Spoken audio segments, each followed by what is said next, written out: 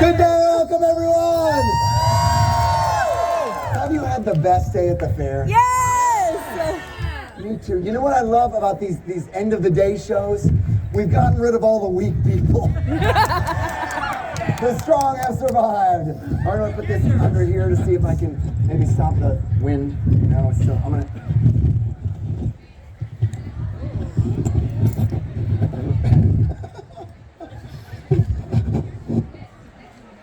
You got it. Hello? Magic. Now, for you all who don't have any idea what you're about to see, my name is Willy Nilly. Welcome to the final show of the day of Dungeons and Shakespeare. I've been traveling around doing shows for many years. Has anybody ever seen this show yet? Have you seen it? Oh, yeah, okay. The show's different every time. I never know what's going to happen.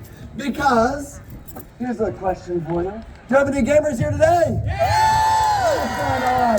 For those of you that are gamers, you know that you never know what's going to happen in D&D. There will most likely be violence. And if you were at the last show, things got really weirdly sexual. So, is anyone there? It was very odd. Yeah, I'm sorry if you felt new feelings. Excellent. Now, there's always some, it's totally fine. Is there anybody here who's never played tabletop RPGs like D&D? Never played D&D before? That's okay. Excellent. You in the back, drinking the beer. What's your name? Yeah, I'm talking about you. Yeah, what's your name? Bob? Oh, Rob. Excellent, Rob. Never played D&D? That's okay. Listen, Rob, here's what you need to know. You are surrounded by gamers. They are not like other people. But all of them will tell you that all D&D campaigns take 32 minutes. Rob, that's a huge lie. They take weeks, months, or the rest of your life. But here's the thing. They're so much fun. Because in this show, you will be the players up here on stage. You will be the players in the game. Now, when I said that, some people got excited, and other people went, oh God, don't make eye contact. If you don't want to come up here, that's fine. But who wants to be a player in the game today? Excellent. All right, I see a lot of you want to play. Even Rob, you raised your hand very. I love it, man. Excellent. I'm glad you have some liquid courage. You're doing fine. Now, you are going to be the players, but I am not in charge of whether or not you live or die. That's not up to me. That's up to the choices you make. And the real hero, villain of the show. Ba-ba-da-ba!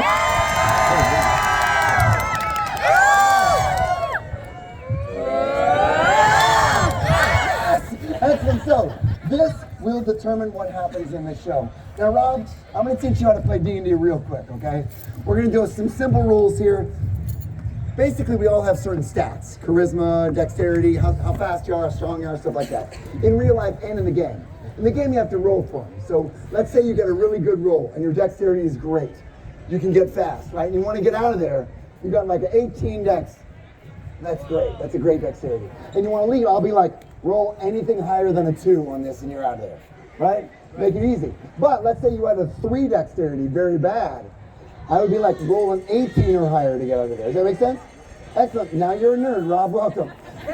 So, you all, the D20 here will be deciding whether or not you succeed or fail. That's why we don't know what's going to happen in the show. Are you ready for this? Also, you all, this fair works so hard to bring in people from everywhere, and I love that we have interpreters. Let's hear it for Kale up here. Thank you very much for joining us. Okay, here we go. So we got everything. I'm going to quickly tell you, if you've been here before, you've heard it, my origin story. I was born and raised in the mythic land of Midland, Texas. It was a tough place to be weird, you know what I mean? Yep. But when I was in 7th grade, a friend of mine introduced me to something that changed my life forever, and I want to talk to you about it here today. Of course, I'm talking about the good book, the Player's Handbook. So this book was written 50 years ago by a man named Gary Gygax. Rob, this book is not a book. It is a portal into other worlds, am I right? No, not first edition, but it's old. Not as old as me. Now, Rob, this book, I loved it. But 2 days after my friend gave this to me, his mom called my mom. Right? It was like, oh my God, my son gave your son something evil. Because she'd fallen for what was known as the satanic panic. That's real. And she said to my mom, she goes, you give me that book back, I promise I will burn it for you. And my mom's actually a very delicate Southern woman, so she said, hell no. Let's hear it for good parenting, right? That same year, I was cast as Lysander in A Midsummer Night's Dream. If you know Shakespeare, you know Midsummer Night's Dream is the gateway drug to Shakespeare, am I right? There's a guy named Bottom that gets turned into an ass. It's hilarious. I loved it. I loved Shakespeare. I got to learn stage combat. I got to wear tights. And those two things, Dungeons and Dragons and Shakespeare, showed me there was so much more to the world than that little town. You feel me? Yeah. I see kindred spirits here today. I see people who might have been on the outside of normal society. And you are amazing. Thank you for coming out to the fair. Are you ready for the show? Say aye. Yes. As I said, you will be the players in the game. I'm going to get people back there, out from amongst you. First thing you're going to do is reach into this bag and choose a character from Shakespeare. I don't know who the character is going to be, but we're going to mix it with these monsters from D&D and see who survives. And so, I'm going to go back, run back on, strike a pose. You all cheer, go crazy. I'll give a prologue, then start choosing players. Are you ready? Yeah. Here we go. Oh, yeah.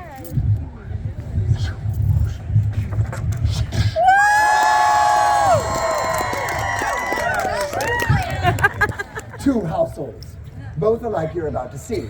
One of comedy and tragedy, the other of quests and skullduggery. Of the bard I speak with words, words, words. Of the game I speak with nerds, nerds, nerds. So come along and play with me, or get thee to a nunnery. Wherefore art thou, gamers dear? For adventure doth await us here. 'Twould be a critical fail to miss this show. Like rolling a 1 on a D20 throw. Yeah! That you have, but slumbered here. While these monsters did appear, come not between the dragon and his wrath. You may have killed him. Let me do the math. Is this a vorpal dagger I see before me? It's what's in store for the BBEG. Big bad evil guy. We'll take a character from a Shakespeare plot into a fantasy quest that's oh so wrought. I'll be your DM upon these boards, where Juliet may fight barbarian hordes. If we shadows have offended, do a saving roll and try and mend it. I strut my hour upon the stage, so pick up your axe and your character page. Let's now depart. Gather near. Hell is empty. All the devils are here! There were 9 Shakespeare plays in that prologue. Thank you. Thank you. All right, good gentles, it's time for our final show of the day.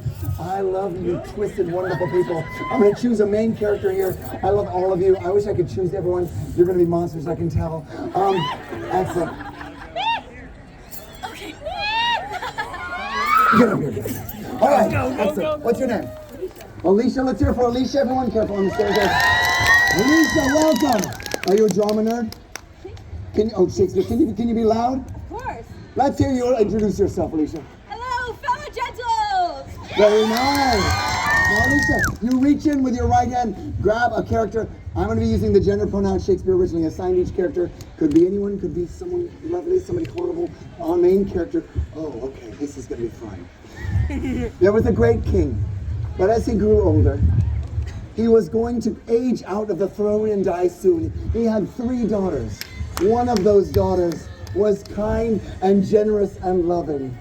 This is not that daughter. I present the most dark-hearted wench in all Christendom. I present a woman who would kill, steal, or devour to be queen. I present Gonrel. Gonrel, you look very nice in real life, but for this, can you play evil and dark? Oh, excellent. Very good. Wow, you want to see something weird? You're actually wearing the outfit. All right, hold on. I got to show this to somebody. Look at her. Is that weird? Look. All right, good. Oh, the camera. Here we go. All right, so Gonrel, you are evil. Now, Rob, remember I was telling you we had different stats? All right, so we don't have time to roll for all of them. What do you all think Gonrel, a young maid's, highest and lowest stat would be? Charisma. Unfortunately, all bad people have good charisma. You are gorgeous, you're charming, you have wit, everyone loves you, high charisma, but lowest stat. Strength. Strength. All right, strength it is. You are charismatic but weak. All right, so if you have a chance to talk someone into something or to fight them, I would go for talk them into it. Are you ready? Persuasive, got it. You are going to be amazing. Gonrel, if you go hide in that area, in that corner right back in there, when I introduce you, you come out, this one over here. When you come out, take the stage, really embody it. Okay, you ready? Okay, you're going to be great. Okay, here we go. If you are ready for the tale of the wayward child and their quest for power, say aye. Aye! Oh, good gentles, what is power? Is power what we get from great love? Is power what we get from achievement? Is power something we steal from others? Do you want it? Yes. Do you need it? Yes! Will you take it? I Yes! present one who will do anything, who will taste all the blood she needs to taste to have this power. I present hot like a lump of coal. Gonrel! Gonrel, as you know, people love her. They can't help but love her. She's charming, but she wants more. And I take you now to Gonrel's dressing quarters, where a mirror is here in front of you. This way, in front of you. There is a mirror. And as Gonrel looks into the mirror, she does a soliloquy.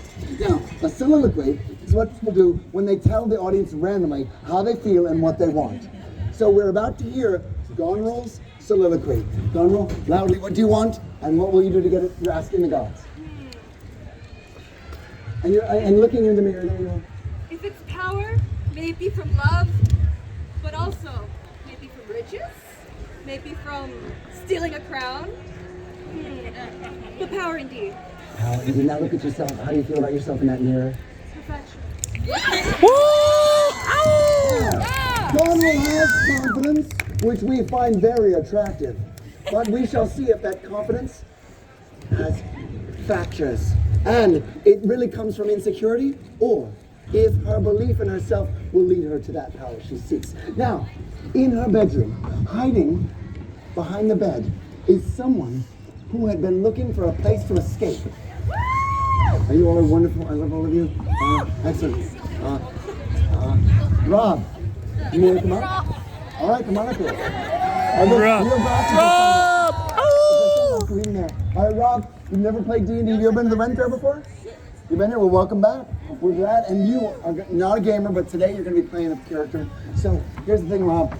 You can make any choices you want. All you have to do is tell me, but I want you to reach in with your left hand. We're going to see who you are. I'm going to be using the gender pronoun Shakespeare originally assigned. Let's see what character you get. You shall be, oh, excellent. All right, hide behind the bed. Hide behind the bed. There, in Gonrel's dressing chambers, where she'd been speaking to herself and saying what she wanted, was a man wearing nothing but a sheet. This sheet was spotted with blood. I present Brutus. Brutus, oh wait, I keep hiding. Now, Brutus, hiding. Now here's the thing, Brutus has recently killed his best friend, Caesar. He has killed Julius Caesar because he believed it was best for Rome. But now, he knows he has to hide out or he will be killed as well. And so, hiding behind the bed, you know that you're in danger. You have a small dagger on your side, and it's still covered in blood. You have a choice. Licking the blood off his dagger. Brutus, you have a choice. Introduce yourself to this woman. Keep hiding. Attack. What do you want to do? You've heard what she wants. She wants power. Gonrel, look this way. You don't see him yet. Go. What do you want to do? Brutus stands up, sneaks over. Does he intend to stab her? Oh no! Gonrel! Excellent, very well. Excellent. Excellent. And so, there, at the side, Brutus comes up beside. In the mirror, because she's afraid to turn, she sees Brutus over her shoulder with a dagger, a bloody dagger over her. And now, we're going to see what happens, because at this point, you've made your action, and that was to approach Gonrel. You have a choice. You also have a dagger, but his is already unsheathed. Do you try to stab him? Do you try to talk him out of it? Do you try to run? Do you cry your way out? Do you call for help? It's up to you, Gonrel. What shall you do? persuade. All right, we shall see. You are very charismatic as he holds the blade. You look at his reflection. See his reflection's over here in the mirror. Look directly into his eyes in that mirror and loudly, what do you say to Brutus? You obviously have a hunger for power. Maybe I can help you. You've already done some bloodshed. Daniel says, maybe I can help you. Maybe we can team up and get more blood on that dagger of yours. Now, Brutus isn't inherently an evil man, but he's in dire straits. We shall see how he responds. You're going to do a persuasion roll, so take that if you would, which also matches your outfit. Lovely. Excellent. You're going to roll on the stage and stay in that position there. You're perfect. All right, you're going to roll. It's a persuasion roll. You have high charisma. You have to roll a 6 or higher to succeed. Come on. 6 or higher. Keep it on the stage. Here we go. 6 or higher. Our first roll of the show with Gonrel is a... It's almost a 1. It lands on 11. Okay. Let's go. No, go back in your position here. Go back in your position. Gonrel, Brutus, here's your words. And you instantly feel him soften. He wanted to kill you thinking he needed to hide. But you have proposed something to him that he's interested in. Brutus, let's hear what you have to say to Gonrel. I can help you. He lowers his dagger. Help me with how? He doesn't lower his dagger. How can you help me with how? Brawn, brains, Brawn and brains. power. And so they strike up an evil bargain. The two of them, now shaking hands upon the stage, this union of, I'm afraid to say, blood of Caesar in your hand. An evil pact has been made. And so the two head out that very night with a pack of some meat jerky and I don't know, you've got a couple more weapons. You're all heading into the night. And there we go. And so the brawn and the brains head out because they are searching for a great magical item that they know could give them both power. Now, over the last year, 2 years actually, I've been going through Shakespeare plays. I've been picking out objects from Shakespeare plays and I've turned them into magic items for D&D. So, someone, excellent. You can help us. All right, reach in. You're going to be the holder of this magic item for later. Let's see what you get. All right. Now, which one did you get? Oh, you got, Helena's Remedy from All's Well That Ends Well. You got this early. Now, this is a remedy that Helena possesses and she uses to heal the King of France, proving her worthiness in All's Well That Ends Well. So, this is a healing potion. You are the magic elixir, the apothecary that holds this elixir. We'll need you later. Now, where did they go? Oh, excellent. You just had a seat? All right, good. Excellent. Now, you two, you're searching this recipe, this remedy, because for our story, not only can it heal, but if you were to ingest it while alive, it would give you the strength and power of 10 people. And no one could stop you.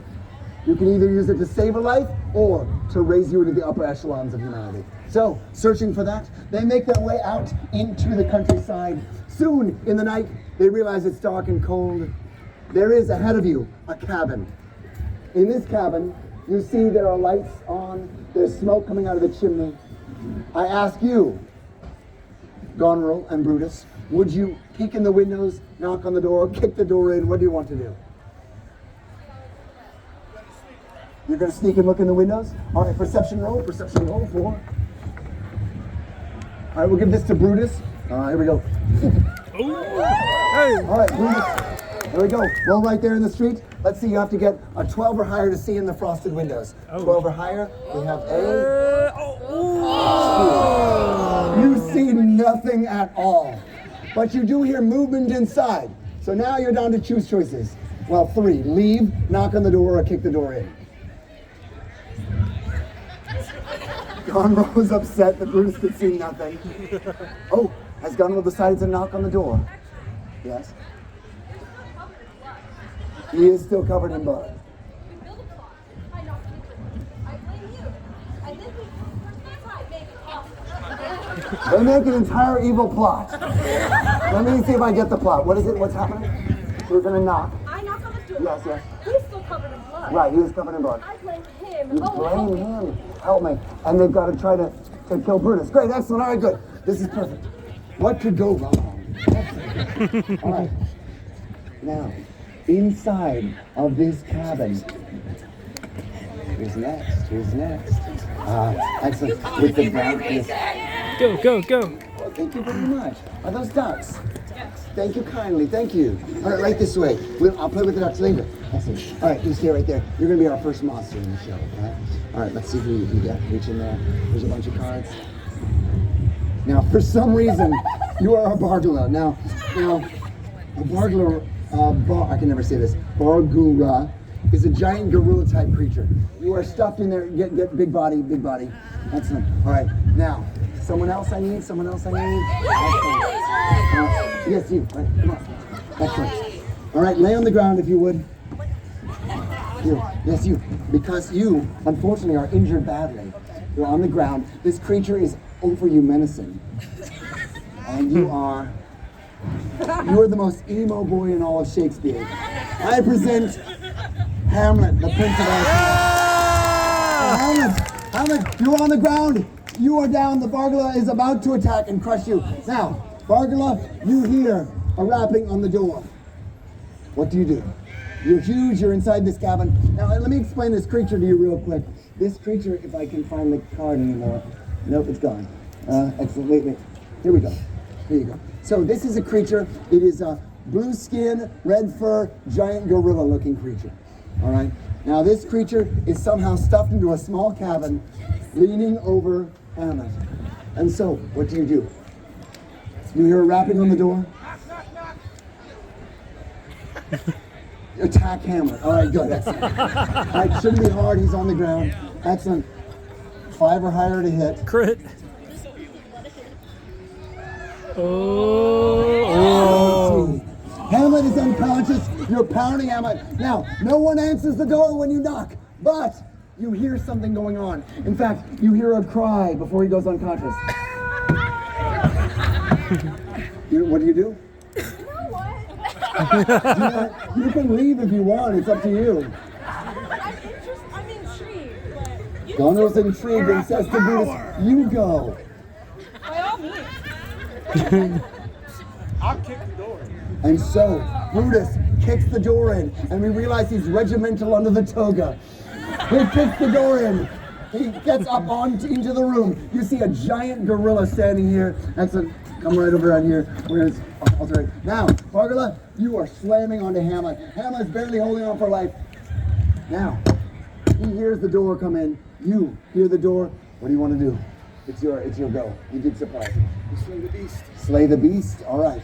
Excellent. Now, you're holding a bloody dagger in hand. You just stay back. You're fine. All right, then good. Now, Brutus, this is up to you. If you roll a 10 or higher, you hit. 10 or higher. Brutus rolls a 2. Brutus swings and completely misses. Bargula, you have a choice. Finish off Hamlet, run, or kill Brutus. Or attack Brutus. Brutus tries to moonwalk his way out of the cabin, but the Bargula is too fast. How do you want to attack him? Claws or? Yeah, just slam. He wants to slam you. It's not very difficult, unfortunately. 6 or higher to hit.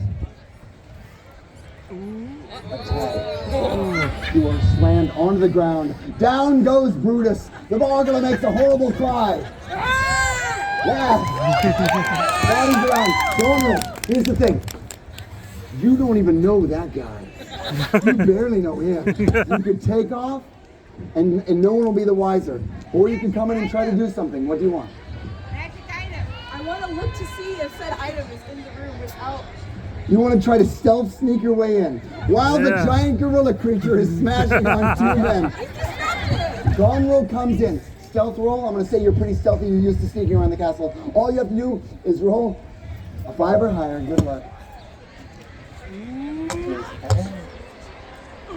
Ooh, 5. 15. Hey! Sneaks into the room, and you find in the room the map you have been looking for. To this great elixir, you have the map. Do you want to sneak back out? Do you want to help? Run! Here is a very fine-looking gentleman with a sword. John is Gets back up. With map takes off. Now, Hamlet looks over to Brutus. They look at each other and they rally one more time. Now the two of you working together, you are holding on to conscious just barely. You get to do this together. Which one of you is going to distract him? Which one's going to attack? You. Brutus distracts the Bargala, which means you have attack. Your chance, this is your final chance. If you roll a 10 or higher, you succeed, you stab the child or the kid the Bargala in the neck. And then you and Brutus are free. 10 or higher. Good luck. 9 or lower, you fail.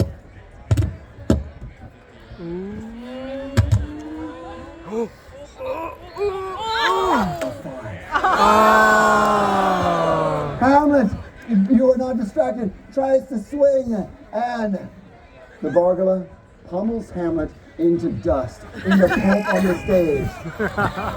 Hamlet, you accomplished nothing in this story. But I will give you one saving throw. While the Bargala is killing Hamlet, if you roll a 10 or higher, you can crawl out of here and try to escape. If you roll a 9 or lower, you've also accomplished nothing at all. There you go, good luck. It is a 9. The cabin is filled with gore and blood. Entrails on the wood, blood dripping off the books of the shelf. The Bargala celebrates with a victory dance.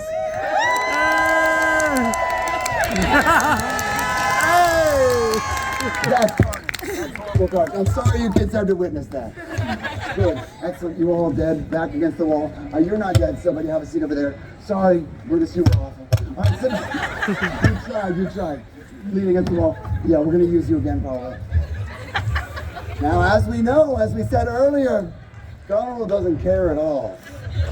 She doesn't care that Bargala did a disturbing dance over the corpses of 2 men. But you have the map at last. With the map in hand, Goneril knows exactly how to get.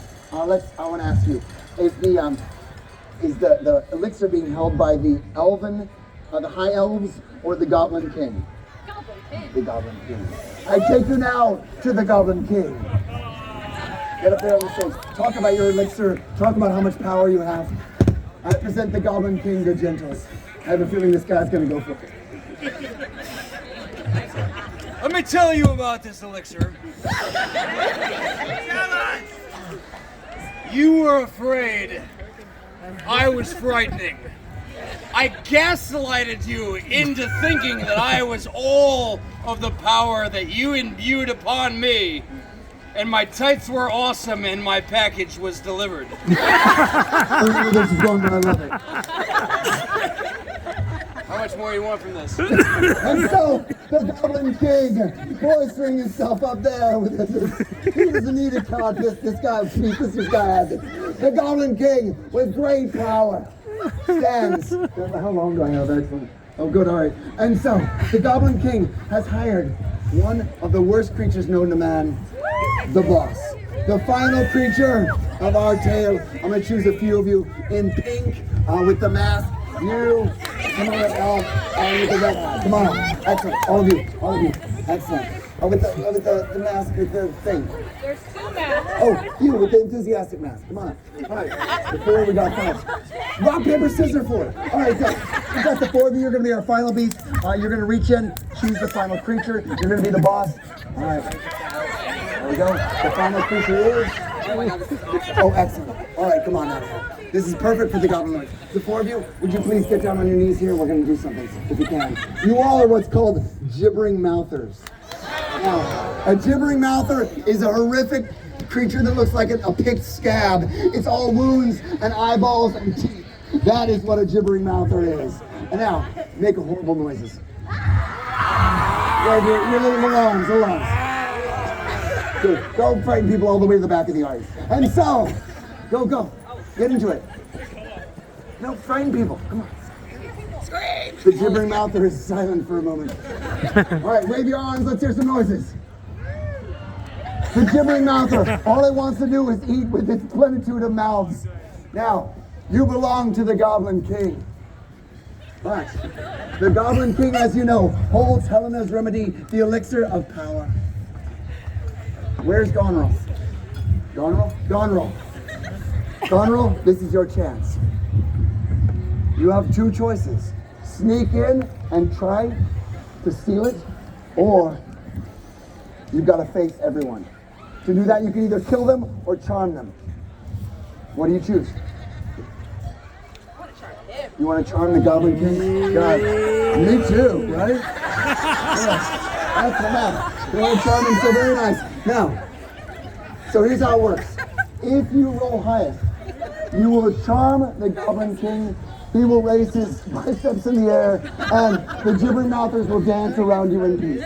And you will have the elixir and be powerful. The two of you will rule together as evil lord and queen. If you fail this roll, and he rolls higher than you, the gibbering mouthers kill you viciously, ripping you into pieces right here in the streets. 2 rolls to end this all. Shall it be the Goblin King that wins this day? Shall it be Gonrel? Or really, does the Goblin King win either way? Really, I don't know. So, all right, stay there. 2 rolls to decide this day. Gibbering mouthers, if you go with your army back there, you're going to roll with them. Yeah, head back that way. All right, here we go. 2 rolls to see who rolls highest. Before we do these final 2 rolls, which will decide whether or not you become an evil queen sitting alongside him, or they all kill you in the street. What's that? All right, I have a choice for you. Right this way. Whichever side you choose gets a +2 to their final roll. Do you choose Gonrel or do you choose the Goblin King? Remember, I didn't kill you. That's true. I'll go Gonrel. Yeah! Gonrel gets a +2 to this final roll. Before we do these final rolls, I want to say, are you having fun? Yeah! I am having so much fun out here at the Renfaire. I love it so much. If you enjoyed the show, I want to say, I actually am so blessed. I get to travel around making people laugh. Come down afterwards, grab some things. This is how I make my living and I love it. Come down. I've got these pins here I burned myself with Dungeons and Shakespeare. I've got magnets that have that banner on them right there. And if you love the show and want to get lucky, I have a pack of 7 dice. I have different colors, everything you need to start playing the game. And I'm really proud of this. If you came out last year, you know I made a deck of cards with magic items. And those magic items are objects from Shakespeare. This year I've also made a deck of character cards where I've taken characters from Shakespeare and turned them into, scattered them out for D&D. You can use them as NPCs, you can fight against them or with them. My brother did the art for these. It's not AI, I'm really proud of it. So, come down. We've got decks down here, small ones for 10 or full ones for 20. And if you get the full thing, you get a free deck. So come down, check with Bunny afterwards. If you're thinking that seems cool, but I don't have any cash, that's okay. Come down anyway, because we have Venmo and stuff. So here we go. Are you ready for the final battle? Yeah! All right. Sorry, you all. Here we go. Come on, King. Roll down the street. All right. All right. The Goblin King's final roll is a... That one. a 13! Oh! Which means you have to get an 11. All right? You get 11, you'll be tied. Higher than 11, you win the day. Let's have you roll on the stage. Here we go. The 2 of you, higher than 11, you win the day. The Goblin King, and you will meet in the middle, and all of the gibbering mouthers will dance around you. If she rolls lower, come kill. Here we go, here we go. Oh, you want luck from Hamlet? That is rough. All right, here we go. Roll right here. Higher than 11. Final roll of the show is Oh no. a 3! Oh! Come with me! The Goblin King launches upon the stage! Oh God! Prepare yourself! Hamlet raises up to die again! Oh God! The Goblin King slain! Make sure and kill Brutus again! And so, head on in. There's much blood, everyone. Let's hear it for him! You know, the reason I do these shows is because of how awesome people are like this. Thank you for coming out to the fair and playing with us. Madam! Oh God! Oh! That was nice. That was amazing. You all, you were so good. Line up. We're gonna do a curtain call, including Brutus, even though you're really bad. Okay, line up, everybody. You're gonna take a big bow. How amazing were they, everybody? Let's hear it for them. Everybody. Wow. Good drinking. Before you leave, I want to say thank you for having me. Come down and get some stuff. I'm real proud of it. But mainly, let's stop worrying about whether or not we seem weird and make our stories amazing. I love you all. Thank you. You were so good. You were so good. Oh my gosh. Thank you very much. You were hilarious, Rob. Did you have a good time? Thank you, everybody. Thank you very much. Kids, stay in school and you could end up like this. I would love, I might have actually. Thank you, everybody. Come on down.